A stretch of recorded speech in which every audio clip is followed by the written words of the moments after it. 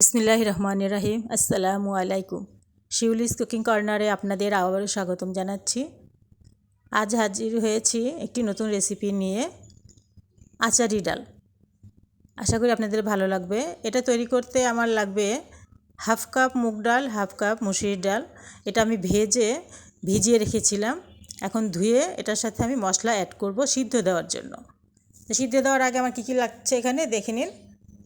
সামান্য পেঁয়াজ কুচি, 2 চামচ লবণ, হাফ চা চামচ জিরা বাটা, হাফ চা চামচের বেশি আদা রসুনের পেস্ট,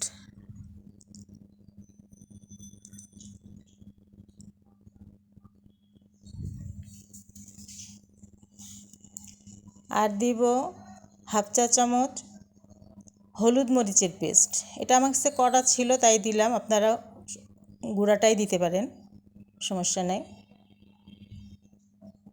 আর দিয়ে দিব একটু কালারের জন্য হাফ চা চামচ হলুদের গুঁড়া।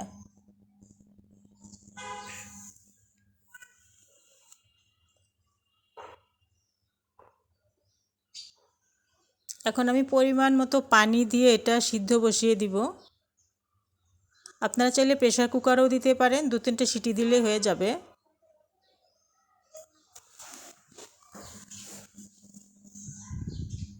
এখন আমি এটা সিদ্ধ বসিয়ে দিলাম, চুলাটা গ্যাস অন করে দিলাম আমি।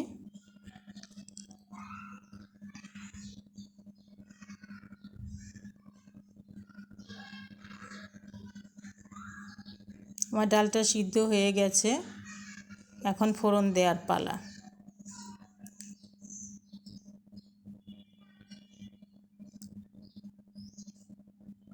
আমি কড়াই বসিয়ে দিলাম। এখন দিয়ে দিলাম 2 টেবিল চামচ সয়াবিন তেল। আপনারা চাইলে সরিষার তেলও দিতে পারেন।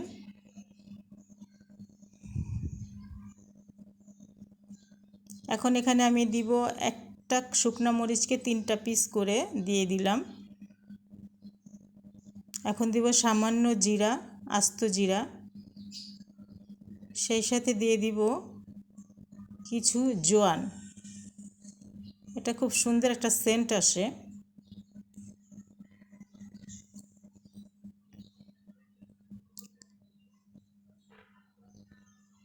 এটা ভাজতে থাকবো আমি এখন নেড়েচেড়ে।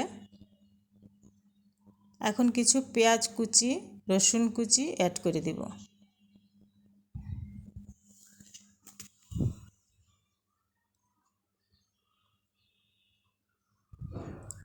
জাস্ট বেরেস্তার মতো করলেই হবে, যেন পুড়ে না যায় সেদিকে খেয়াল রাখতে হবে। আর চুলাটা বাড়ানো কমানোর দরকার নেই, একটা আঁচেই রান্নাটা করলে ভালো হয়।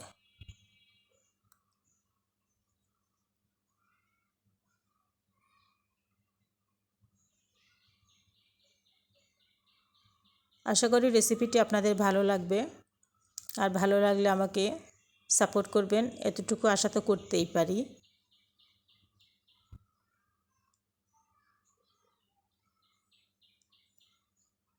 আমার পেঁয়াজ বেরেস্তা হয়ে গেছে।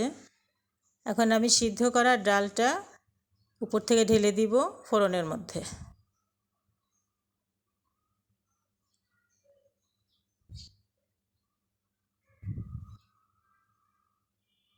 এটা নেড়ে চেড়ে বলক আসলে পরে আমি উপর থেকে আচার এবং আচারের তেল ঢেলে দিব।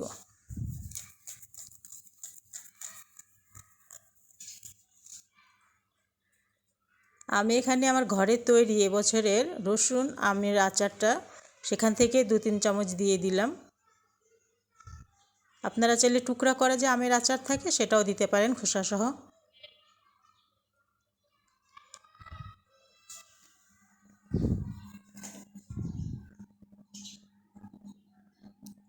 এখন আমি আচারের সাথে ডালটা মিক্সড করে আচারি ডাল বানিয়ে ফেলবো।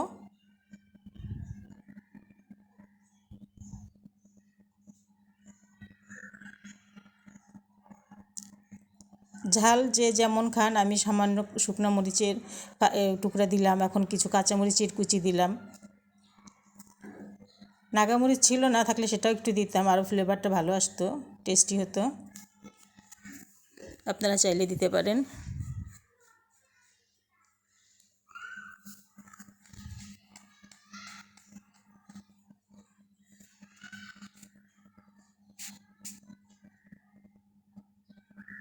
আমার আচারি ডাল অলমোস্ট রেডি।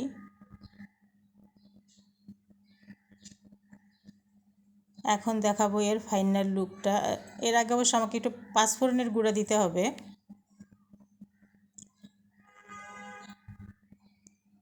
আমি টালা গুঁড়াটা দিলাম, আপনারা চাইলে কাঁচাটা তেলের ফোড়নের মধ্যেই দিয়ে দিতে পারেন।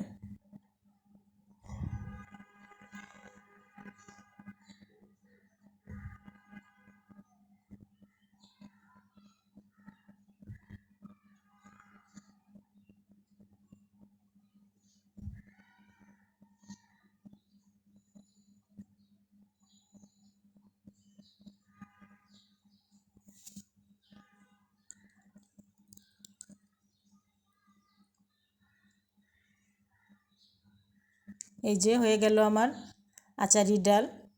আশা করি আপনাদের ভালো লাগবে। আসসালামু আলাইকুম। আজকে এখানেই বিদায় নিচ্ছি। আল্লাহ হাফেজ, ভালো থাকবেন। আসসালামু আলাইকুম।